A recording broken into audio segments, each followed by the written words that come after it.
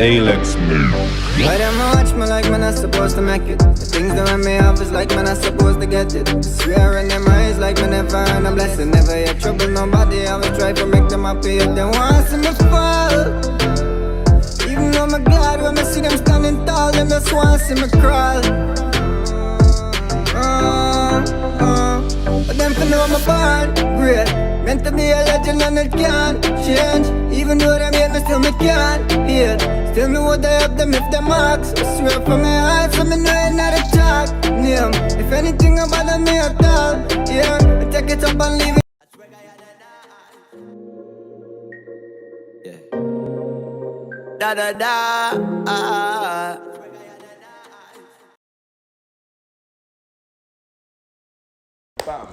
What up, YouTube, what up, internet world? It's your boy Jay Adams here with another episode of Intoxicated, the Sip and Chat show. This is actually episode 51. Maybe one of the last episode 51. King clap. The commercial-free podcast whereby we promote and support local talent and locally consumed beverages, but unfortunately we got no locally made beverages. Anyway, so before we get into this long overdue interview, let me just shout out our sponsors. One Circle Moving and Storage out there in New Jersey. GT Music Scene, check them out on our social media platform. Premier Promotions, check them out on our social media platform also. Identify our care needs. New Look Beauty Salon for our hair care needs. And of course, Kingsman's Pro Photography for all your photography and videography needs. So without further ado, I'll just give my guest a few minutes for just introduce himself for those who may not know who he is. The floor is yours, boss. Hey, what's good? So I'm BNICK. For those who know me, you know what it is. You know what the music's about. It's all about reality, the relatable stuff. For those who don't know me, hopefully after this interview you get a better idea of who I am. You know? Definitely. So BNICK, how are you doing mentally, brother? I don't know. Pretty calm, I guess. I mean, I guess it's a normal question, seeing as I post a lot of like depressing music and like in the aspects. So I guess it is a cause for concern when you do think about it. But to be honest, I am perfectly fine mentally. I'm always in a good headspace. I have had people reach out before and ask that type of question. So it's pretty normal. But no, I'm a writer and I just basically try to do the type of music that people could relate to. Definitely. But for me, asking people out there doing mentally is not a normal question. It's a abnormal question because a lot of people don't ask it up. People just be like, "Yo, how are you doing?" And people are like, "Oh, I'm doing good." But we all have things that we are going through mentally. So when you hear people ask it up from time to time, it's a little good. So welcome to Intoxicated. This is long overdue, brother. Yeah. We're supposed to do this in season 3, the virtual edition, but delay is not a denial. Oh, sweet. I'm a firm believer in nothing happened before. Nothing. So, it is what it is. So, before we get into the interview, tell us a little bit about the name BNICK. Where did that came from? Well, the name BNICK was okay. Basically, we had a group. We had a music group, like in school growing up. Like me and a few other guys. We going as Trailer Park Crew. Trailer Park Crew. Trailer Park. Yeah, okay. But we did mostly like hip hop R&B type music. So, everybody was coming up with names, like we were sitting around the table, everybody coming up with names, artist names, because we realized we need stage names and stuff like that. Yeah. So everybody's like, yo, I can be this, I can be Kid Pop, I can be Pop. I was like, I don't know what I want to be, other than myself.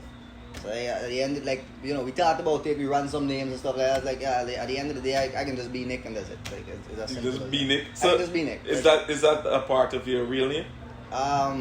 Nick is a part of my So where did the B came from? The B is literally just like BE. Yeah. I can just be Nick. Yeah, I can just be Nick. I'll just be myself. Are you familiar with BMF? BMF. A big meet jam? They actually have a season that just came out. It's a TV show. The 5th Sense is directing, and one of the top gangsters for the BMF crew, his name is BNICK. Yes, I thought there was some kind of correlation. He actually got jailed with them. They was the biggest drug empire in America, in the history of America. They was running all the states. Big Meat, you never heard the song? I think I'm Big Meat. Yeah. From BMF. So when I see the season, I was like, oh, this is where you get the name BNICK from. No. That's dope though. That's crazy. Yeah. So tell us a little bit about where you grew up. Well, countryside over in Essequibo. My father is from like the Palm Riverside. Is like them like the end of Region 2. But we mostly grew up in like Anna Regina, Henrietta area, like those places. But we moved around a lot growing up. So it wasn't always one place. It wasn't always one house. Coming from where we come from is not many options. So you live where you can, where it's affordable. Where you can do the best you can. So. And Essequibo is actually my favorite place to go. I like Essequibo because after 6 o'clock there's nothing to do in Essequibo. Well, there's one thing to do in drink. Essequibo. And it's drink. You know what I'm saying? After 6 o'clock, yeah. No bus, no car running, you could just drink. Yeah, so Essequibo. One thing. I used to always go Essequibo during the Christmas season and spend the entire season and then come back like the forest of amazing people though. Really, really amazing. Yeah. Hospitality on a different level, bro. Different, bro. Different level. So big up all the Essequibans. Yeah. Definitely. What are some of your favorite childhood memories from? Well, definitely it can be whenever we go in the Pomeroon for visit like the grandparents and stuff. Them got this big crew, the tree on the riverside. Me and my cousin then we can go, we can climb these trees and jump and play in the river like whole day till all your hands springy and you're cold and shit. That would always be one of my favorite memories over there. One of the things the people from Essequibo used to tell me was the favorite thing about Essequibo. I think they used to call it some bat cow something. The masquerade thing. Bat cow what else call it? Yeah, bat cow. Yeah. Bat cow is just it's coming around. I don't think it's something limited to Escobedo, but it's very big in Escobedo. This what I'm saying. Yeah, like people used to look forward to that in it's Escobedo. It's different over there than in Georgetown and these areas because whenever it's time for the bat cows roll out, they just go through these villages and people just be joining in. It's be like a big parade. I'm like, whoa. Huge parade. Yeah. It's very nice, very calm. There's usually never any riots, never any bad vibes, nothing. Like it's just it's unbelievable to actually see the amount of people and to see that nothing bad happened or nothing bad came out of it. So I guess that's why it's most people's favorite memory, coming up from over there. So you used to take part in it? You join it? Not really. Not that much. Whenever we can, whenever we did decide to make a move, but I never really stuck around with it. Like some other people who just go out all night and then Yeah, everybody used to always talk about the vibe. I want to experience a bat cow in Essequibo. I was like, nah, I ain't gonna able to. So what are some of the schools you would have attended out there in Essequibo? Nursery school was Anna Regina Nursery. The primary school was right there as well. That was CV News Primary. And Anna Regina Multilateral. I got St. Rose's, but because we couldn't afford to come to Tongue and all of that stuff, so I just stuck with Anna Regina Multilateral. So while you was attending Multilateral in Anna Regina, what was young BNICK aspiring to become once he grew older? I had no idea. You had no idea? I had no idea. All I knew was that I wanted to be a businessman and I want to make money. So at that age I had no idea because I didn't have a family whereas we got somebody who know about this, somebody who into politics, somebody's a doctor, a lawyer, they can give you advice on which road to take. I had no idea. I had no idea which job pays which and which pays what and blah blah blah. I had zero idea, like none, and none of us did. Me, none of my siblings. So growing up, all I knew was that I wanted to make money and I wanted to do business. Definitely. And I know that you actually grew up with 5 siblings. Tell us what was that like, man? Which was you? The 4th, 2nd, 4th, last? I was the 4th. 4th. Yeah. Okay. I was the 4th. So I got 2 older brothers and 2 younger brothers, and my one sister is older than me. Oh, okay. Yeah, it's pretty dope growing up, man. Growing up with 5 siblings is, I don't think anybody that grew up with a lot of siblings would ever tell you that it's not nice. It's always a vibe. It's always a vibe, and then the bond is crazy. You always have real friends that are gonna always stick beside you, no matter what. Like you don't have to spend that time going out there and picking and choosing, So it's people, family, friends. It's a bond that's there forever. And what about your parents? Tell us a little bit about your parents. What type of parents were they? My mother, very strict. Dad was pretty laid back, but he was a miner as well. Okay. Yeah, so he used to be in the interior most of the time. For most of my childhood, he was in the interior. Like we didn't see him that much and stuff like that. Mom was very strict. She didn't work either. She was a housewife. So, we solely relied on my dad's income and stuff, and it wasn't always good depending on how the background run and stuff like that. And then but mom was definitely very strict. She was very, very serious about education. Okay. Because people got this belief that once you're educated you can be good. Yeah, you can be good. So yeah. that was the mentality she had, and that was why she was so persistent with us getting our education and stuff like that. So two things. What is one advice that your father would have given to you that you just carry with you through life, and also one that your mother would have given to you that you just carry? My father, well, he used to always say, "Careful who you trust. Don't trust people. Don't trust people so bad." There's one thing he always say. And mommy, I don't know the amount of wisdom I get from mommy. I can't even begin to mention. I mean, I mentioned most of them in my songs. Yeah. Yeah. So we'll just leave it at that. You wanna hear some of them? Just listen to the music. She's a great influence in a lot of my songs. Definitely. So let's backpedal a little bit about multilateral and Regina multilateral. What are some of your favorite memories from going to Anna Regina multilateral, man? Because as wise we all have those stories, man. Like Anna Regina multilateral is a great school. Yeah. It's a great school. I don't know. Obviously, everybody that attends a school would always say their school is the greatest. So my school was the greatest. My favorite memory would always be from in school itself. Like we hardly ever went to class. Like me and the guys, we'd always. You wasn't at the back of the class. You wasn't in the class. In the class. The classes seem pretty boring. The education system is pretty redundant, as we all know. So you got one thing you learn. One syllabus over and over. We reach a point where we just like, man, it is what it is. I mean, we can't fail at this point. So we just used to skip all we go. We used to skip class, go out and play basketball. So with that, we had PE like whole day. So anytime they had master community the auditorium, we catch play basketball. Alfonso, sorry, we got PE, waiting for sorry. Cool. Deputy and master pass through, yeah, same thing. PE, we had PE whole day. I mean, go back in class, sweaty, smelling a little funky and thing. Pedestrian. Yeah, you day in class now, time for the next subject at the end of the day. Nobody want their own funky smell, so we just roll out again. Gone again. Yeah, school days are fun, man.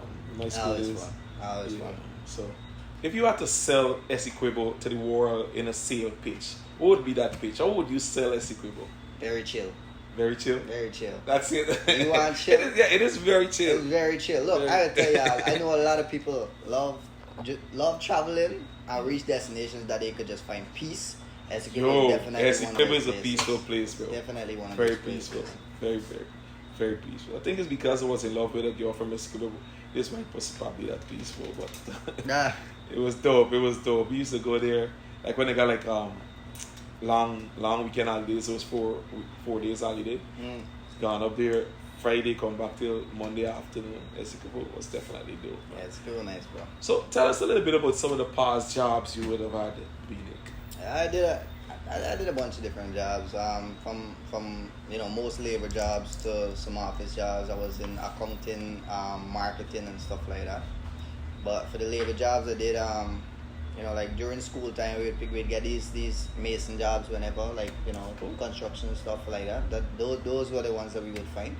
After school, we jumped into that as well after school, and most any physical labor job that we could have gotten, we tried to get in the meantime.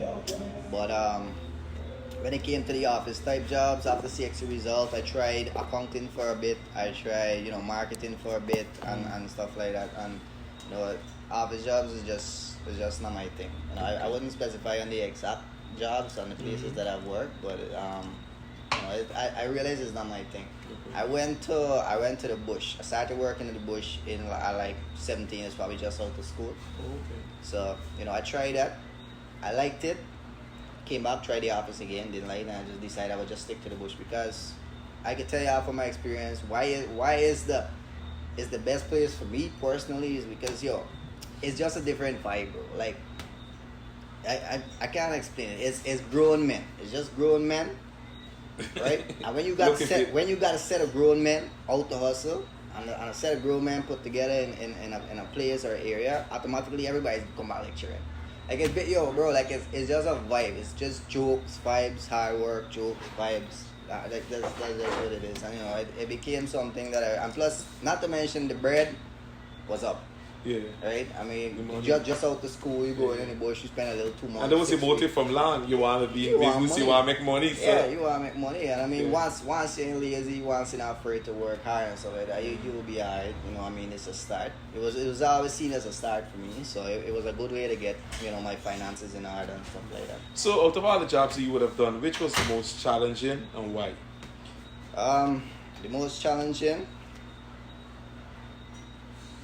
I'd say the bush when it comes to that, the most challenging. But when it comes to dealing with people, definitely the office jobs, accounting. Definitely dealing with people in the office is a lot harder to me than dealing with people in the bush, in the interior. Yeah, I mean it's always a power grab. It's always, you know, some vibes in the office. Always this one and that one to add. There's one thing I don't like. I don't like vibes. I don't like vibes. So that was it. So I was fortunate to actually be able to experience bush life. I never been in the bush to work, but I used to work in natural resources. So from time to time, me and the minister used to go into the bush to do inspection and stuff. And I got so mad at these bushmen because when we come back to Bartica, these men be spending their money like it's nothing. And when you go and see the type of work these guys is be doing in the back dam, I'm like, why these guys just do this? Act like if it's easy labor they be doing. I believe it's just it's a culture, you know. It's a bush culture because even when I went there, right? The man used to ask me, you know, why you don't go out and why you don't go to the shop and stuff, because it's something normal. It's like a rite of passage. You know, you go bush, you make a bag, you have to go out and spend class. Because these man make mad bread, but it's like when they go out and they decide to splurge, it's hundreds of thousands in one night, you know. So, but the work is definitely hard. Their justification is that you work hard, play hard, you know. I mean, I work for this. I could enjoy it. I got to enjoy this. But in my way, it was completely different. You know, I don't really like certain areas where I put my life and myself at risk because of responsibilities that I have. So that's why I don't be on certain scenes, you know. Okay. Things that always pop up, especially in the bush. Like, things go south real fast, real fast. But when it comes to the work, bro, I can tell you for fact, it's definitely very hard. So that's why keeping a positive mind and keeping jokes, you know, throughout the day, it helps a lot. Because we got, you know, depends on the location you are. Most places, you just gotta get up to pump the water in the morning. So that right away your day start from like 3. From like 3 in the morning, you get up, you go down, you do start the engines, you know, you pump the water and stuff. By 6, operations start. You start the operations from 6, you're on your feet whole day. I mean, this is not a sit down type job or rest type or I work then you work type job. This is a 24/7 everybody type job. So you're in the sun, you're working all day, manual, physical labor.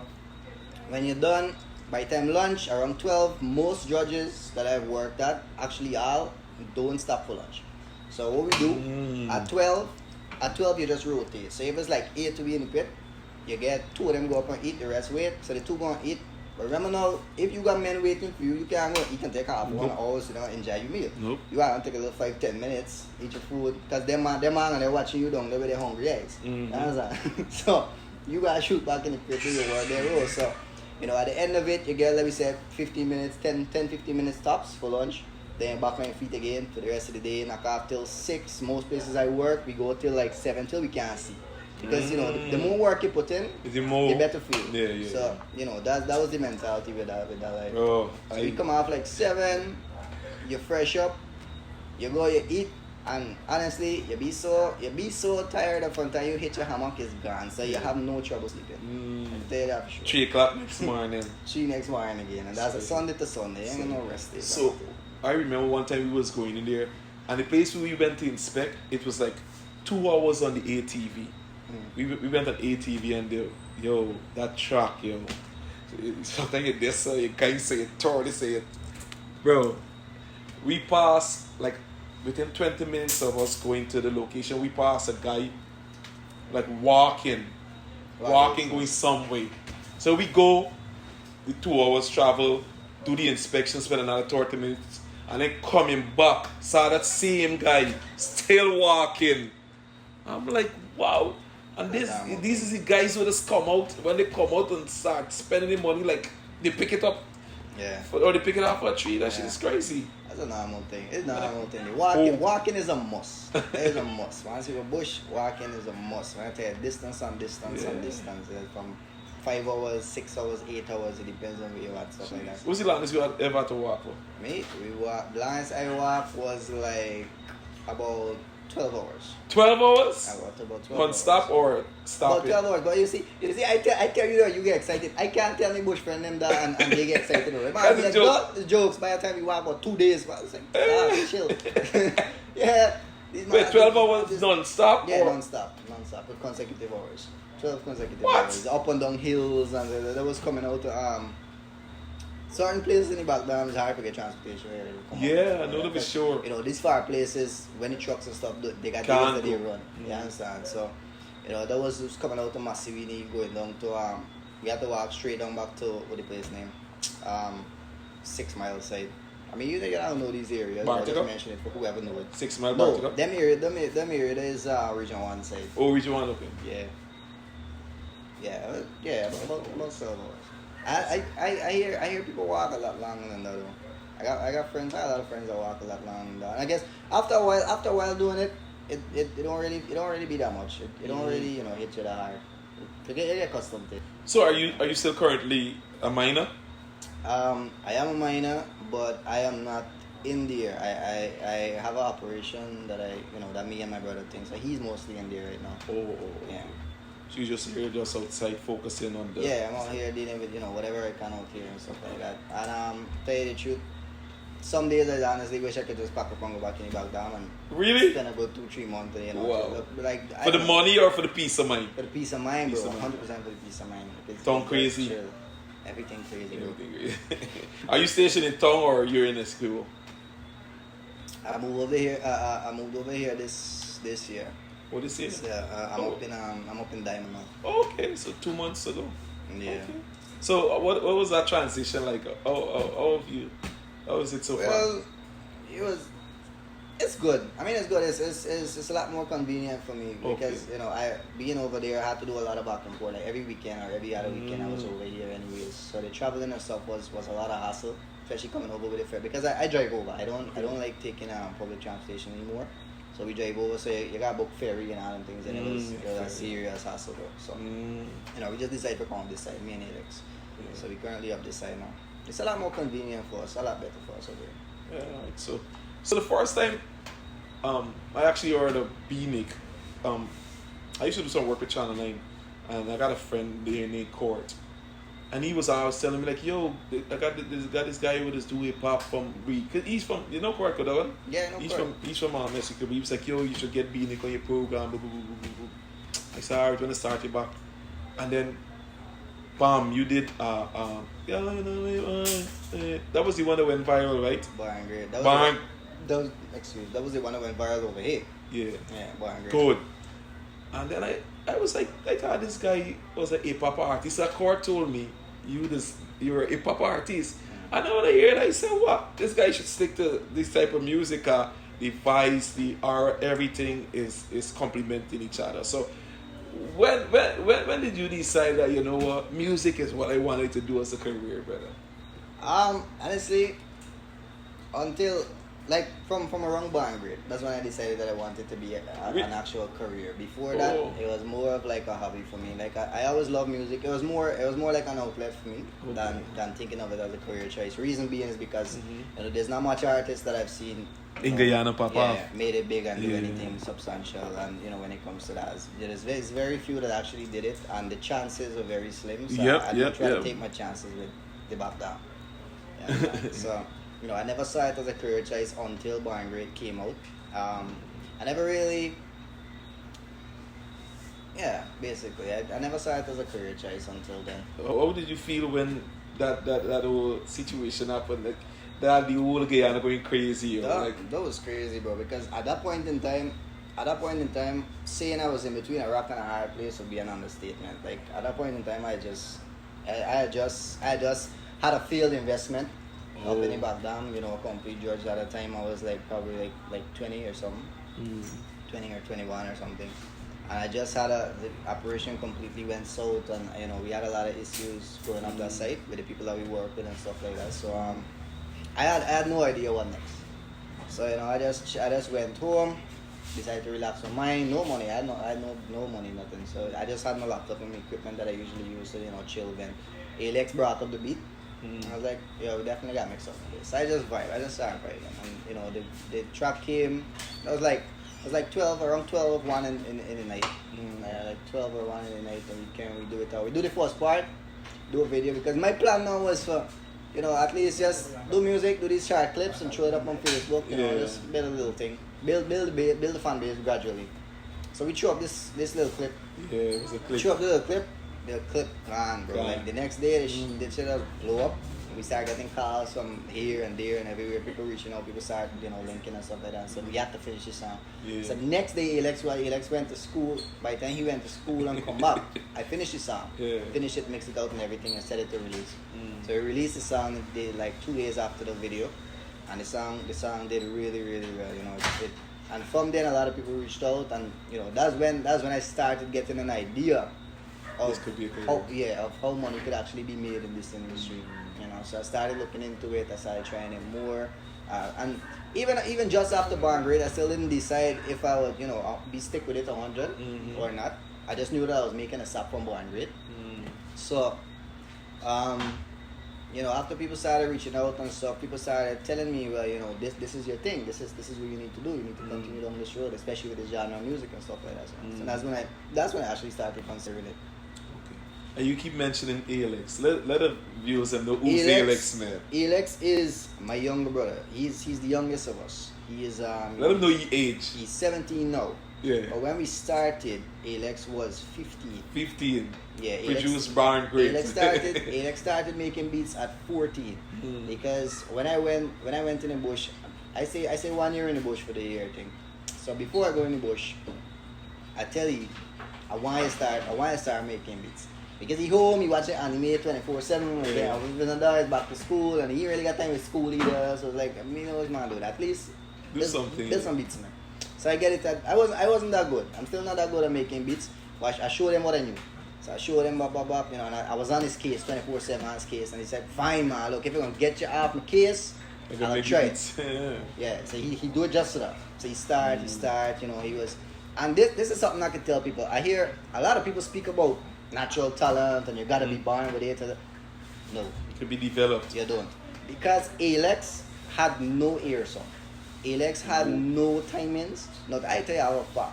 The man, like, when it comes to musicians would know 4 bars and 8 bars, beats and things. Me guy would go and build 3 bars and 5 bars and mix up a set of stuff that don't come together, but he was excited. So when he finishes, yo, hear this, bop, bop, bop. And I'd be like, nah, thing, we could do like this, blah, blah, blah. And that. So he was always on it, right? And eventually, it developed because he actually gained the interest after starting practicing. He gained the interest, and he went on YouTube and he started coaching himself, everything step by step. And by the time I came back after the year, guy was like a full-fledged producer. Right? Like the beats was just off the chain for me, bro. Like it was just. I couldn't tell that this was his beat because when he played some beats to me, I was like, bro, you don't know this beat, don't like it. I was like, no, that I did a beat from scratch, show me everything. It's like, yo, that's dope. But the interest the man had in it after a while, it's just crazy. I would tell you whenever we in the studio, right? Because we got one system, we gotta share the workload. So whenever we got a session together, me and he gonna work, I write stuff, we put together the beats, blah blah blah. But whenever I got my own stuff to do, and he can leave the studio. When he leave the studio, he go out and he go inside, he turn on TV, put on YouTube, and he research how to mix, how to do this, how to play with this frequency, how to make a sound like this, how to that. And he in there all the time. So I here working, he in there doing that. When I finish, I come out, I look up little marketing, I check, what's the promotion stuff, how to get music. He back in the studio trying out what he just wanted. That was how we were. And we was on it like 24/7 until your body actually telling you that, yo, it's time to sleep, bro. It's really, really time. I can't make it no more. That's when we go on, we catch a couple of. But aside from that, 24/7, and the guy is very passionate. Loves music, loves especially dancehall music, loves it. And for somebody so young to take an interest and be that good in it, it's just, I don't know, it still amazes me to this day. Big up yourself, Very Felix. good. So, is he making beats for anybody else? Other than Yeah, you? he makes beats for different Jamaicans, Jamaican producers, Jamaican artists. He works with some few Trinidad artists as well. Some of these Jamaicans and Caribbean people that are over in New York and stuff like that. He works with a few of them. He builds beats for Guyanese artists as well. But I think his problem with some of these Guyanese artists is that they don't have the passion. They don't have the drive. They want it, but like they kind of want it. They want. Like They kind of. I could tell you they want it. I've been dealing with them for the past 6 years. They want it. Excuses. They want it. Excuses and excuses, and Yeah, after they a want while, aliens get fed up because look, bro, like we know what we had to do in order to like get at least to this level where we at, and we didn't even there no way yet. You understand? And we know what it took, and we know the amount of drive you need. And stuff like that. And if an artist don't show the man interest and the man see that you're running around, you can't make time for it, right away you can get time with you. It ain't got nothing to do with where you're from and nothing at all. Once you don't show the drive and the passion for the craft, the man don't waste his time behind it. He tell me straight, he said, look bro, I wouldn't even do it for the money. I don't even, if a man don't got the passion and he don't want to put the time behind the work and stuff, it could be how much he pay me. Me work with it because at the end of the day it's something that I care about. Yep. If you care about it as much as me, then we can work. Yep. Because we do projects for a lot of people for free and stuff like that just off of vibe, just because we feel like you really want it and you're really trying to do it. And we turned down people before that offered money and just didn't have the drive. You understand? Because it's difficult to work with people that don't really want it. So big up ELX, man. Big up Very, ELX. very, very, very, very talented. So has the music industry been to you in terms of acceptance here in Guyana? Like, Well, what I'm gonna say, Guyana is Guyana. Everybody got their people that they listen to and stuff like that. But I think at the end of the day, majority of Guyanese, as we know, would rather support, the gimmicks and the hype thing, and the little vibes and the little war and the little laugh thing once they could skin their teeth. Majority of Guyanese, not everybody of course, but like majority of big Guyanese majority. Guyanese like chaos and they like foolishness, bro. Yeah. So I think that's what it's been for me as well. But I will say that I have gotten a lot of support from Guyanese. A lot of support. Sad to say, I've gotten way more support from people out of Guyana, from foreigners, than I did from my own people. Okay. But at the end of the day, I still get support. I still did get support from my people, and I do get support from my people, and I'm very grateful for that as well. So the support has been good. I feel there's much more to be done when it comes to the music industry, and me personally, like I can only do so much, and I can only speak for myself when I say I'll continue to do as much as I can in order to raise the music level, at least on my level. On my type of music and stuff like that. Okay. So what are some of the things you as a artist would like to see happen for the Guyanese music scene? For the Guyanese music scene, I definitely like to see us get a registry for artists. A registry for artists, because how it works, right? In most countries, you register as an artist, and it makes it a lot easier for you to go and get, certain types of visas and stuff like that. Because now you have your government repping you. Okay, well, this is a reputable artist. He does this. This is what he does for a living. He's registered. Blah blah blah. And it makes it easier for you, to go and get maybe your work permit and stuff like that in order to travel and do music overseas. So it opens the door for you as an artist. And why I keep banging on this particular topic is because I don't think people get how amazing and how important an artist is, right, from a country. Because look, think about it. Even on the economic plane, right? Think about it like this. You have an artist, right? He provides a service, not a product. This is a service, right? When you think about it, because it's music. In my mind, it's like a service, right? It is a service. Good. So now you provide a service. You help people when it comes to music and whatever, and people pay you. People from other countries, you get money from that. Now, money coming into the country is never bad. So instead of we sending money out to import stuff and all that, you have somebody in your country that creates a service or a product that brings money into your country at little to no cost to you as a country, right, or as a government.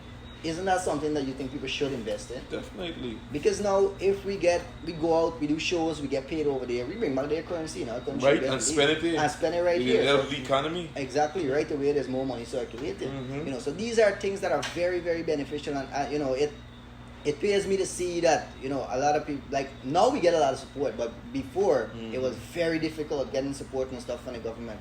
But now, you know, with the Minister Charles and these guys, they do a lot, and they still plan to do a lot more. And I love their vision, I love their commitment to it and stuff like that. But that's definitely one, the artist registry. The second thing would be if they could figure out a way, right? And this wouldn't just benefit artists, this would benefit everybody in a whole, right? Figure out a way to solve this issue, whereas we can't receive payments online. Figure that out. Because we can't receive money from PayPal in Guyana. Once you register with Guyana, PayPal or whatever, you can't receive money. There's no other way for us to receive money, you know, through those systems. So if there was a way for us to figure that out, that would help not just artists but everybody else. Because when it comes to things like dub plates and stuff, and I know a lot of other artists could relate to this. Yeah. We do dub plates, but the only way we get money is through Western Union and MoneyGram. It's always a hassle. You get blocked from them quickly. Yeah, it's always a hassle. You know, so these mediums will make it a lot easier. It will make these things a lot faster. It will make people from overseas want to do business more for us just because of the convenience. You know, some people just get a spur of the moment idea and they want to do business, and then when they realize they got Western Union tomorrow, all of a sudden, bye, busy, and you don't hear back. You know, so it'd be like that. You understand? So it's a barrier that I think we could you know, lower eventually. So I hope they look into that. But aside from that, I think aside from that, they're going in the right direction with everything else. So what type of genre would you say that you're a part of in terms of the music that you're currently producing? That you're currently making? I make dancehall reggae. Dancehall reggae / soul. So you're not with the hip hop anymore that you originally started with? No, I still do hip hop music. I still write and I record hip hop music, but I don't put it out. I mean, for marketing purposes, it wouldn't be a smart move to have, you know, different fronts and stuff like that. I mean, it's different, and not even just marketing. For me personally, you know, it'll be a lot of stress. Because managing the dancehall reggae arena alone is a lot for me. Much as adding another genre. You remember that's a whole different team you gotta put together when it comes to, it's a whole idea for marketing, it's a whole thing. You understand? So it'll be a lot more. Definitely. But I still do it. I still do hip hop, rap and that stuff. But I'm a part of the dancehall reggae for sure. Who were some of the hip hop artists that you would have looked up to while growing up, and also some of the dancehall reggae artists that would have inspired you while you was growing up? Well, hip hop, definitely guys like Tupac, Eminem, 100% because of the writing skills. I'm very big on writing. Yep. Yeah, so Eminem 100% for the writing. Guys like Tupac, Nas, you know, these guys. Snoop Dogg, I mean, he had his. I like the fact that he came with a different style, a different flow. He was always just laid back and the lyrics was dope. You know, 50 Cent and these guys, very dope. Moving up from them, J. Cole, when J. Cole and them guys came out, bro, like I was just blown away by the cadence, the flow, the bars and everything, you know, the way he put together his stuff. And then we had guys like J. Cole, we had guys, and then as recently we had guys like Joyner Lucas, Kendrick Lamar, and these guys, you know. So all of them played big parts. They played a big role in, you know, in me creating music and the person I am today. When it comes to dancehall, you know, well, I believe everybody could, you know, I can speak for everybody when I say Cartel and Wado and, you know, the whole set. No, you're 90s baby. 100%, bro. 90s, oh, 100%. When you move from Beanie Man and Bounty to Cartel, yeah, body and soul. I mean, I like Beanie Man and everything, but it wasn't really my style. Like the music that he put on, and even most of Cartel music is not really my style. But okay. When I speak about the types of music that he had, like there was a few songs that, you know, that would always stick to me. Like when he sing about his mother. When he sing about, you know, struggles, like, you know, it brings you back to reality. Like, yo, you could be this big hard man society. At the end of the day, there's certain things, and there's certain things that you don't play with, certain things that you don't mess around with. You understand? That's why people love Tupac. Because he could have been from a gangster rapper to sing Dear Mama. Aye. And then even from that into depression, he used to talk about some serious issues. So like that was his thing. He was just a real rapper. That was why he gravitated so. Like he wasn't this person just promoting this like how, you know, Ice Cube and them used to be Promote strictly vibe and blah blah blah. I mean, they had the reasons and Yeah. stuff like that, and you know that is truly who they are. But then when you have somebody come into an arena now and kind of change the game and be more vulnerable and speak about different topics that people want to hear about, that would always be game People going changing. through in life, yeah. I know. I feel that's kind of the impact that I Yeah, that's why you're so successful in what you're doing, because Yeah. you're singing about real life situation. Yeah, I've jumped into that arena because well, I started doing this type of music because I like it. You know, like I do this type of music not because I see it as a marketing advantage or anything of the sort, but it's because I like it. I do the type of music that I like, you know. Yeah. So it just so happens that a lot of people like it as well, and it can't click. Because a lot of people, we all got these things that we going through. That's why we can relate it. Yeah. Not all of us can relate to this big gun and this thing and that. No, we sing about real life situation, and everybody's going through regardless of where you're from in society.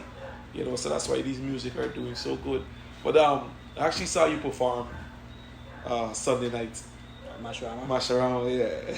Good performance. And I wasn't too pleased with that performance. You wasn't too pleased? I wasn't too pleased with that performance. You know, I know I could have done better. People who have seen it will have said the same as So well. what happened? Why? I don't know. I guess the energy was just off for me. Oh. Yeah, the energy was a bit off for me. You know, I did go out. I tried to do my best stuff. You know, You think it's because everybody probably went to see the madness? I don't know. There's a lot of factors that I would not wish to mention, but there's a lot of factors that affected it. But for me personally, you know, I know I did. I accept that I did good, but I also accept that I could have done way better. And it's something that I'm working on. You know, we're constantly working on the performance aspect of it. So what's your take on this whole lyrical warfare that took place there Sunday night? Man? To be honest, I think we're shit. You think we're shit? Yeah, I think we're shit. Look, it was uncalled for. Yeah. There was no gains. There was no gains in terms of marketing. There's no gains in terms of anything, other than the fact that you're showing people that you're lyrical. Yeah, and you can be disrespectful. You know. So for me, it didn't gain any of them much. You know, it didn't mix funds. You know, most people have wires and with other people and stuff in order to you can get that person fans gonna look into your stuff, my fans gonna look into that person's stuff and things like that. Like it's strategy, right? It's strategic. When you think about it, when you have these domestic issues and especially when it's directed at Guyana and Guyanese problems and things that are happening here and stuff like that. You know, it begs the question, does it really have any merit, when it comes to that? Does it really do anything really real for your career moving forward? I didn't think of it like that at all. It makes sense though. Because most of them have the same fans. Most of us have the same fans in Guyana. You understand? The Guyanese that would know what's going on, we can tune in to see what's going on with the war. There's a hype. I mean, we in this matter about outside and thing. We know there's ways, so we get our automatically connect. People overseas, they don't know, they don't log into that. They don't thing. It's not really their interest or whatever. And then when you look at it after that. For example, Azariel, great artist, Kush, great artist, all these guys very great, Magnum, the whole of them, Stiffy, all them. But after that, you look at it, right? After the clash, Azariel went and uploaded a song, not pertaining to the war. And that song had less numbers and views than the song that he dropped right before for the clash. So therefore the clash do nothing for you. That's what I'm saying. It's not that they do nothing, but you would expect the people wanted to continue, right? Yeah. So I mean that was the sad point for me. Because it was both these guys went out and they did their thing and they did this stuff lyrically. Yeah, they got their own bad vibes in between one another. But I look at it at the musical front, right? Both of them talented writers, talented artists.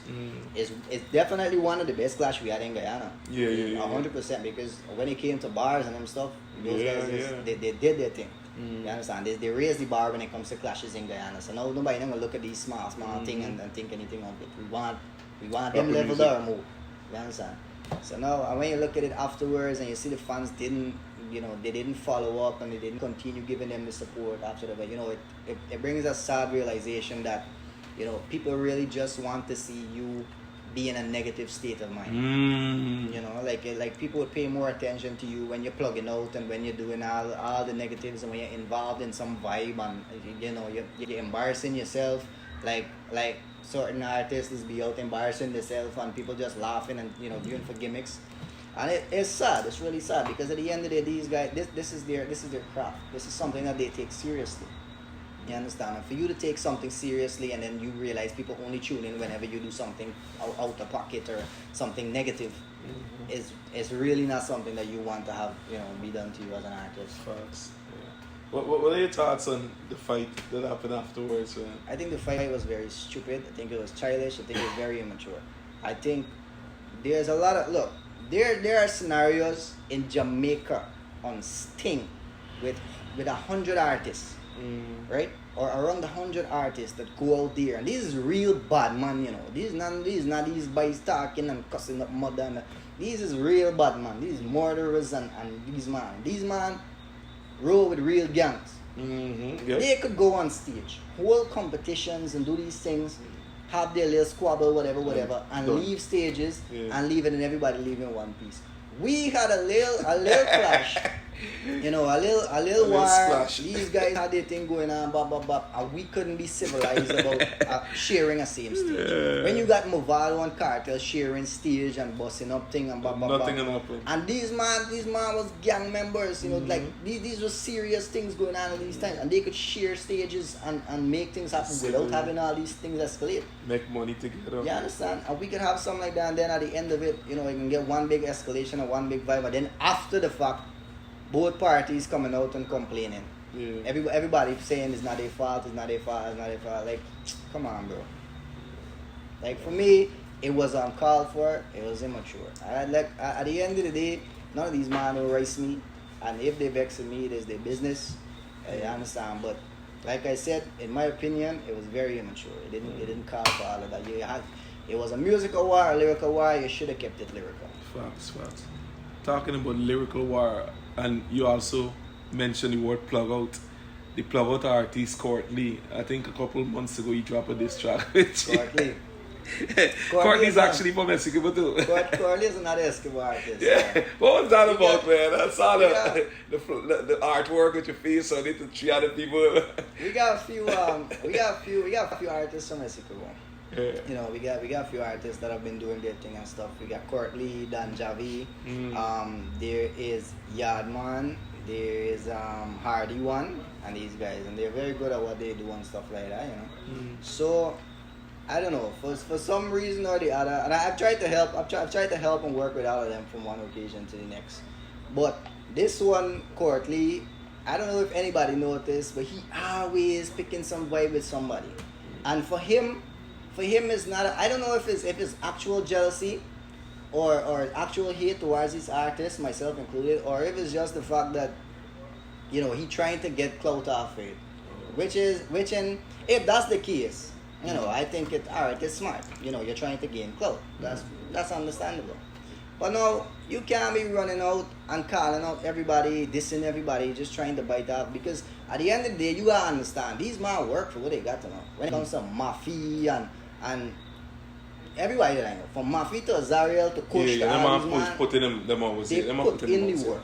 It didn't happen overnight. They put in the work. My next bro from overseas, Josh Daniels and them guys, these guys, they man put in work to get what they get. I know you gonna come as another artist, rather than reach out to these man and try to do something, you gonna go, you want this them, because now all of a sudden you trying to pull whatever fan base they got, whatever clout to come over to you side. Just like that. You understand? So there's no real vibes? There was real vibes, because that's what got me mad. Because he kept coming after people that did nothing to them, people that don't even be in the vibe scene, people that ease up, because all these man ease up these scenes and try for, you know, Mafia went and started focusing on his family a bit more and stuff like that. You jumping out and dissing everybody and thing. I got mad. So like, bro, this is nonsense. This is childish, man. This is like at some point you gotta stop, bro, because I don't think anybody ever responded to him. Like, so did you respond to him? You got a diss track out fee, or? Well, we did a song, right? But the song for me was that my two bros, there's Yardman and Hardy One. They said, bro, like me like how this man talking shit, bop. Let me do something. I was like, cool, fine, we're gonna do something. So I decided to do something with them, So people could, at least if I do something with them, people can jump on and see the stuff and whatever. But we just do something with them. Me personally, I didn't mention his name, I didn't diss him, but obviously they know that it's a track directed to him because them two guys mentioned his name because them are different. Them are walk up in face and box here. It's not nothing. So them are like vibes. Me and the other, I don't really like vibes. Vibes I'm start straight. As I'll start it straight. I don't hide nothing. If I think you're up on shit, I tell you up on shit. You understand? So I send a voice note. That's how the whole thing started. I sent a voice note down Javier. I said, bro, like, I can't remember what he said, boy. It was something in the arena that,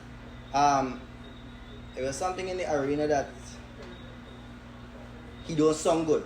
I say he don't sound good. Yeah, I did say he don't sound good. He don't sound, in my opinion. He didn't sound good. He sound better now. He didn't sound good at that point in time. I could have never hear a song that I said he might sound good at that point in time. So I said it. I said it don't sound good.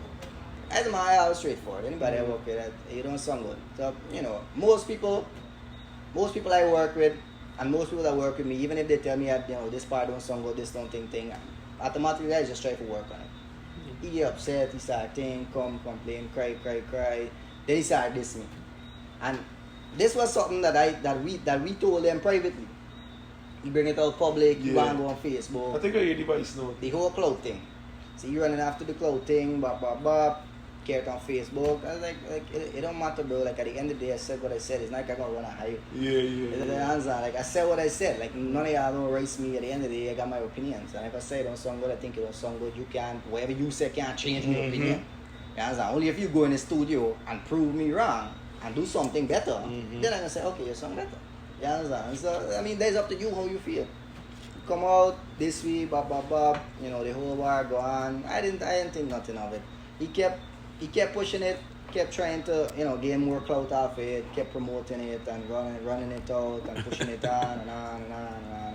At that point, like we completely forget about it. Like it's been a while since it did die, and then it died down. It's been a while since we even look back into it or anything. But I guess if he's still doing it, I don't know if he's still on the case or whatever it is. But I'm sure after you see this interview, get on it again and say I should go and check out this stuff.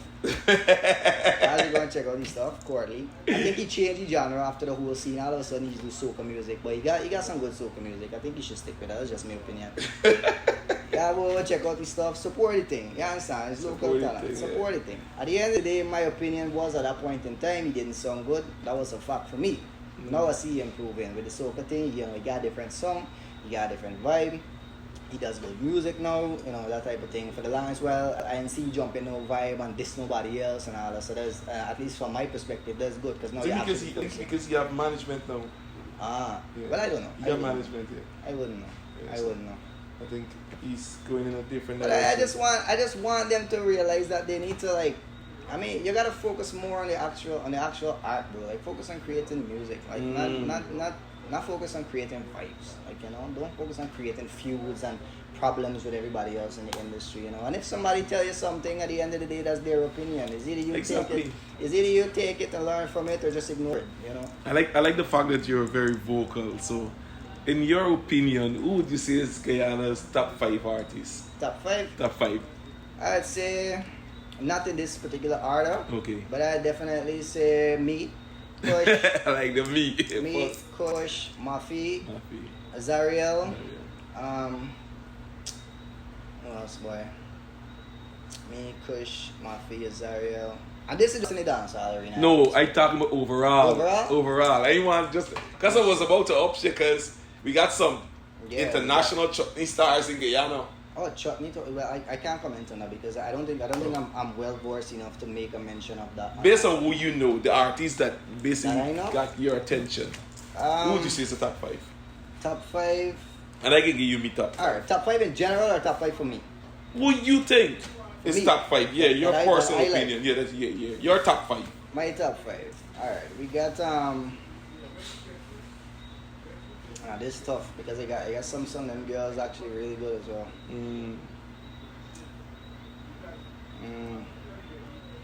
It's tough. Really want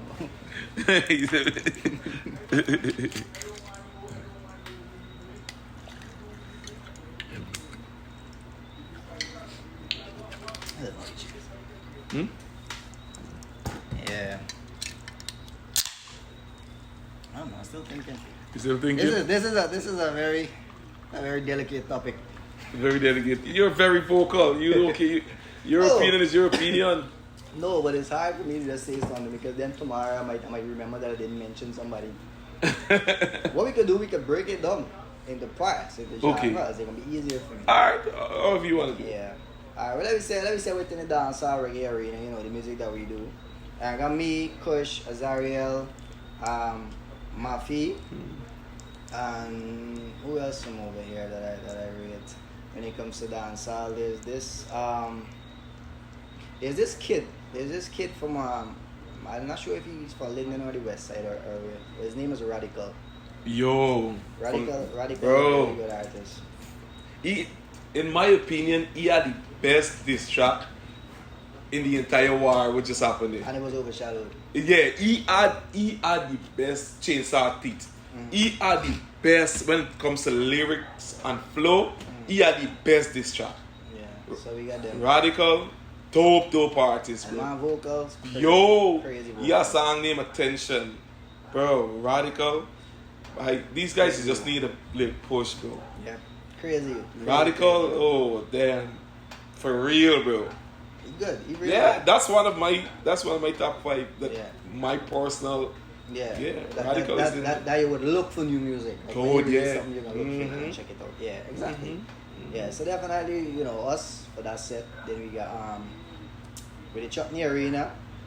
Tony Cuts in my boy. Yeah, But I Tony. feel Tony and Vicardi. Then we got this girl Sonia Singh. So when this one did Yeah, I think she does well. She does pretty good as well. You know, there are others that I can't really exactly remember the names because I guess I'm not too versed in that arena. But for me, those are the top 3, in my opinion. When it comes to like everything else, definitely Samuel Meadows in the Meadows. top set. Meadows got crazy vocals. You know, I still rate Tamika. I rate Tamika as well. I mean, she's not that prominent as she was before, but she's still, as an artist, she's still pretty good. Very good, actually. From her, then we have these girls like Nikita and Vanessa, and you know, I'd say from in the arena, those are the ones. So that's my take. So I'm gonna try to diversify me 5 for Soca Jomo because of the fact that he's not only being consistent, but in terms of having endurance. Jomo has been doing music for 30 years, bro. And Jomo's still relevant. Yeah. I remember Jomo then was like we forced celebrity in terms of music. Yeah, when what do you think they come out with he and Adrian Dutch it? Good. Crazy. Yeah. Jomo was a part of Byron Lee, the Dragonaires and all them things. So Jomo in terms of soca. I like Radical in terms of like dancehall. And when it comes to like that music, that conscious music that people could relate to, of course you. Because not a lot of people is doing those type of music. Yeah. I don't think anybody else is doing it. Who else is doing music like that? Some of them. No, I talking about like on a consistent basis, like consistent you, like basis. yeah. No. They might put out one year and Yeah. no, but on a consistent Consistent, base, yeah. you was like the only person. Tamika, of course, is my G, like Tamika, because of what she would have done for us on an Yeah. international level. You know, too bad she didn't have a proper marketing team behind her. You know, because she's very marketable. Yep. Very, but you know, it's all about your team. You need that team. Yeah. You need that team. You can't do everything by yourself. No, you cannot. And there's a thing with Guyanese artists, you know, they feel like they could be the cameraman, they could be the writer, they could be their own stylist, they could be their own social media. Even to Rihanna, got a team, people were doing everything for she. Yeah. You gotta diversify the thing. And for Chutney, I like this girl Savita. Savita. I love Savita, yeah, Savita is dope. So, gospel, of course, Samuel Meadows. Sammy, dope. So, that's basically The it. vocals and the lyrics is a plus, but the vocals, Yeah. I feel like even if Sammy sing nonsense, I will Bro, listen to when it. Sammy did the song Stadium, yo. Stadium, Jesus. that was with you? Yes. Then Sammy and he won the Soca Monarch with that song. Stadium.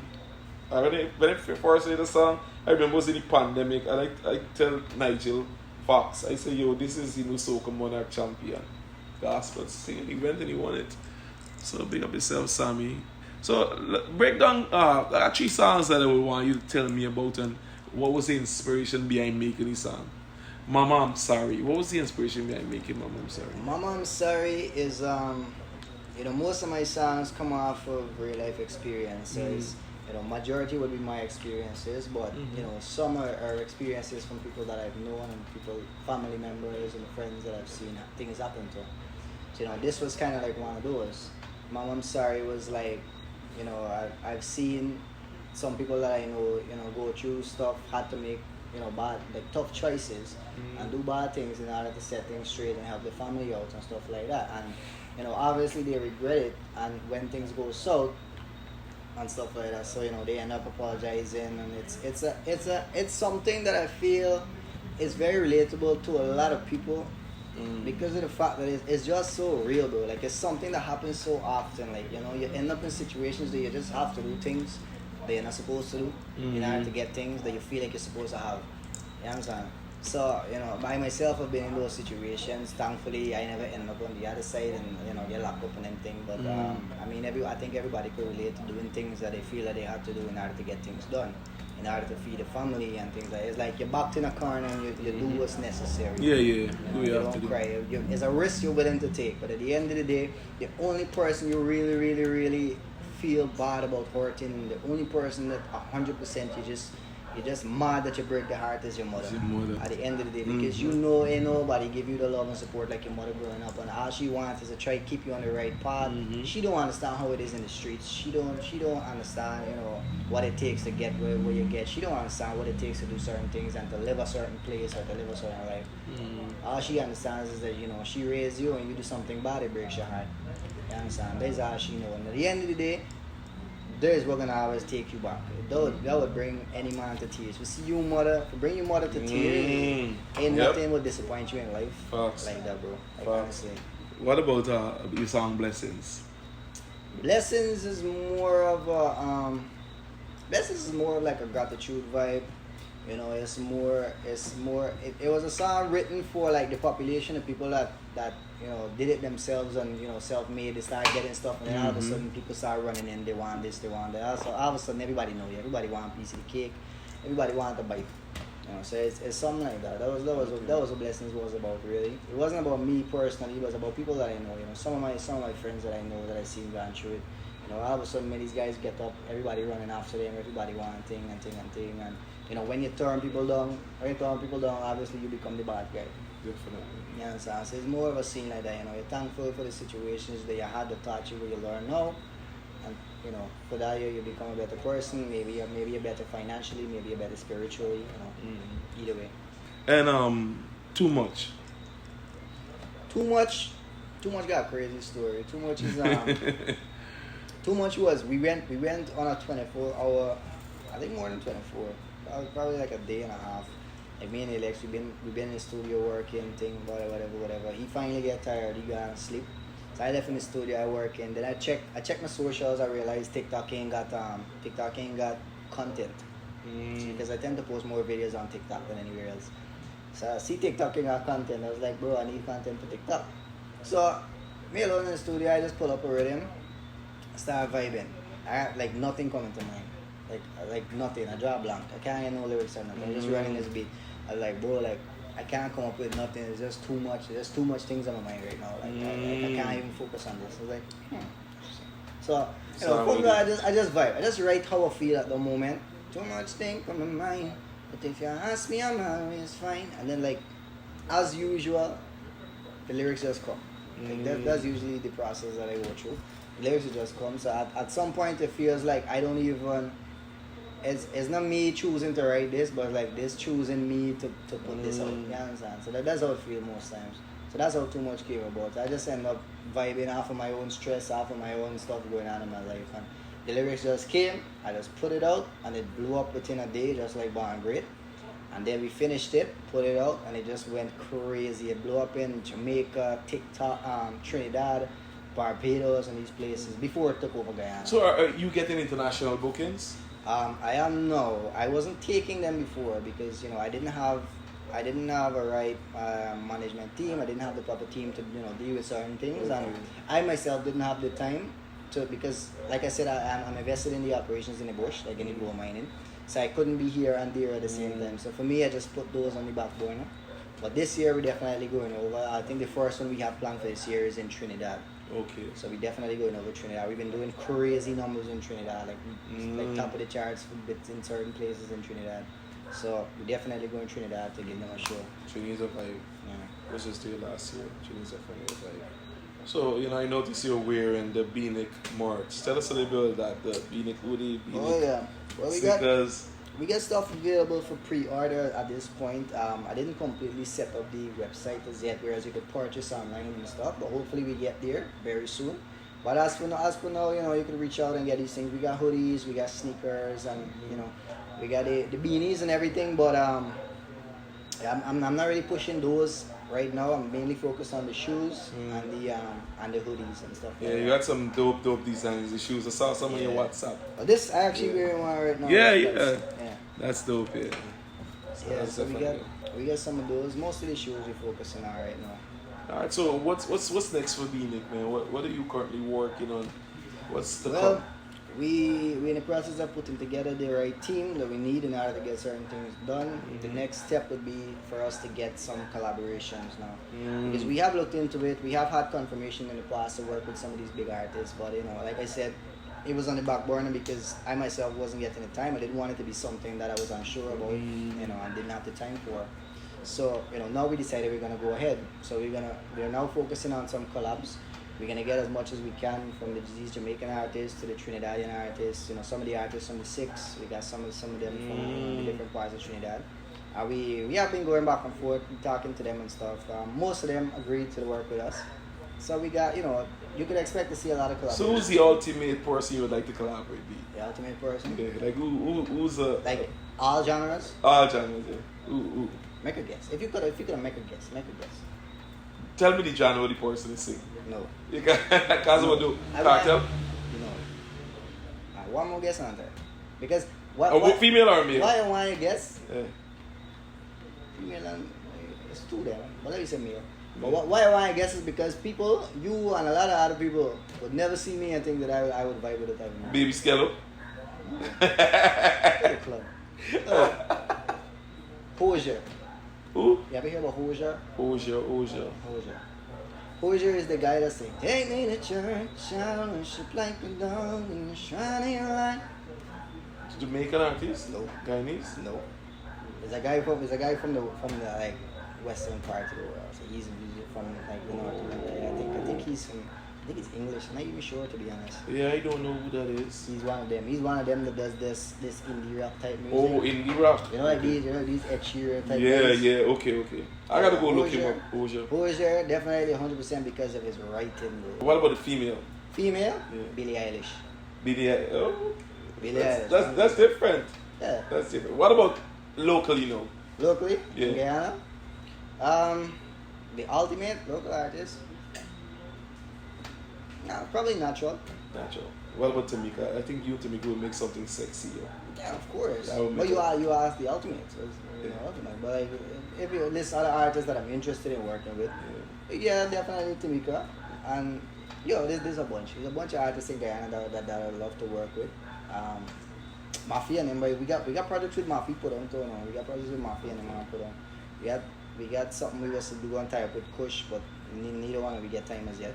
Okay. Yeah, we got other artists that we're willing to work with. So what's next for BNICK, the brand BNICK? What's next? I know you mentioned there's some collabs that's gonna be happening. You're gonna be going overseas and doing shows. So other than that, collabs, music videos. The reason why I held back on music videos up until now is because I wasn't finding the right videographer that I could work with. Okay. Not just in terms of quality, but in terms of availability, in terms of drive and passion for the ideas that I have, and in terms of stuff like that, like just vibe right off the bat. So, now that I found my videographer, Dwayne Jordan, for in Guyana, we plan to do a lot more videos. Who did the Barn Grade video? That video was dope, yo. The Barn Grade was done by Sion. And the whole concept.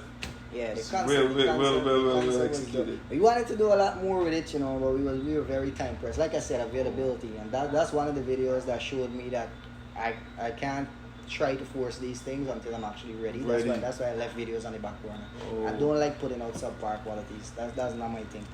So when it comes to visuals, I had to wait until I found somebody that I feel could put it out. So that's why when Mom I'm Sorry video came out, it did. We put a lot of effort into them. Yeah, that was a dope video. Yeah. So, you came, you had the experience, dope interview. Who would you like to have this intoxicated experience? Who would you like to nominate to come on the show? To come on the show for local artists or like anybody? Anybody. Let me see, bro. Alex, of course. We gotta get Alex. Alex is 100%. We gotta get Alex, yeah. Alex is Alex need more exposure, bro. That guy is dope. Alex is very introverted. Oh, he's one of them, like he don't like being around people that much. He don't like crowds. Like if we're in a small crowd and everybody vibe, he alright. But like it's kind of. Oh, I understood. He don't really mess with cameras. Oh. But I can definitely get him here. I have to get him. You need that exposure, man. That talent that boy got, he need it. Yeah, so who else? Definitely. Aside from him, did you get cushioning guys on here? Really? No, that is it. That's in the works. Kush is in the works. Yeah. Yeah, for me, I guess Kush. Kush is Yeah. And then, of course, Baby Skello. Baby Skello. I want to bring Baby Skello. You want me sober or intoxicated? Either one. As far as I'm concerned. I don't think we've ever had a experience with Baby Skello intoxicated. We've never had an intoxicated Baby Skello. You sure? I feel like he has intoxicated. I swear to God, he has intoxicated. We might gotta keep it sober. But let the viewers know where they can find you if they're interested in getting to know more about you, getting to pre-order your merch and listen to your music and stuff like that. Yeah, check BNICK Official Music on most platforms. BNICK Official Music would be on Facebook and YouTube and stuff like that. Anywhere else, like TikTok is just BNICK Official. And Instagram is BNICK_22. So that's IG. But anywhere else, just search BNICK Official Music and it should pop up. And when it comes to pre-order and stuff, just hit me up on Facebook or Instagram, wherever you could send a direct message. We could get the ball rolling from there. And like I said, only pre-order is available for the merch. So go ahead, share the stuff, like the stuff, dislike the stuff. Look, and this is what I need to be known, especially to like the audience in Guyana and wherever else. Like, in order to support the artists, all you need to do is like, comment, and share. Like that's it. Or dislike. It doesn't matter. Once you leave a reaction, you comment and you share. It helps the algorithm pick up that person's video or content or whatever it is and put it out to more people. So that's literally all you need to do. And even if you don't like the artist, leave a dislike self and just show your support, because at the end of the day, we all need the support. Definitely. Did we forget to talk about anything? Is there anything else that you would like to put out there? Anything else? I'd like to talk to the aspiring musicians, right? Okay. Anybody that wants to be an artist, anybody that's trying to become an artist and has a vision to become an artist. My advice to you, brother, is that nobody can give a damn about your craft as much as you. Facts. You understand? Nobody's gonna give a damn about your craft as much as you. So keep that in mind. So if you don't show the interest, nobody else gonna show the interest for you. You understand? And even if people decide to give you a shot and you blow it, chances are that may as well have been your only shot. So you gotta treat every opportunity like it's your last opportunity. Definitely. So thanks for coming, man. Just continue doing what you're doing. We love you. We're proud of you. You're taking Guyanese music to higher heights, and we're gonna continue to support you. So just continue staying focused and do what you have to do, man. Yeah, appreciate it, bro. So before we get out of here, let me just pick up our sponsors once more. One Circle Moving and Storage out there in New Jersey. GT Music Scene, check them out on all social media platforms. Premier Promotions, the banner that's right there. Identify your oral care needs. New Look Beauty Salon for all your ear care needs. That's where we are shooting currently. And also Kingsman's Pro Photography, the man behind the camera for all your videography and photography needs. And of course, follow us on our social media platform, Intoxicated. Sip and chat. It's your boy GT calling by. I'm out until next time. Cheers.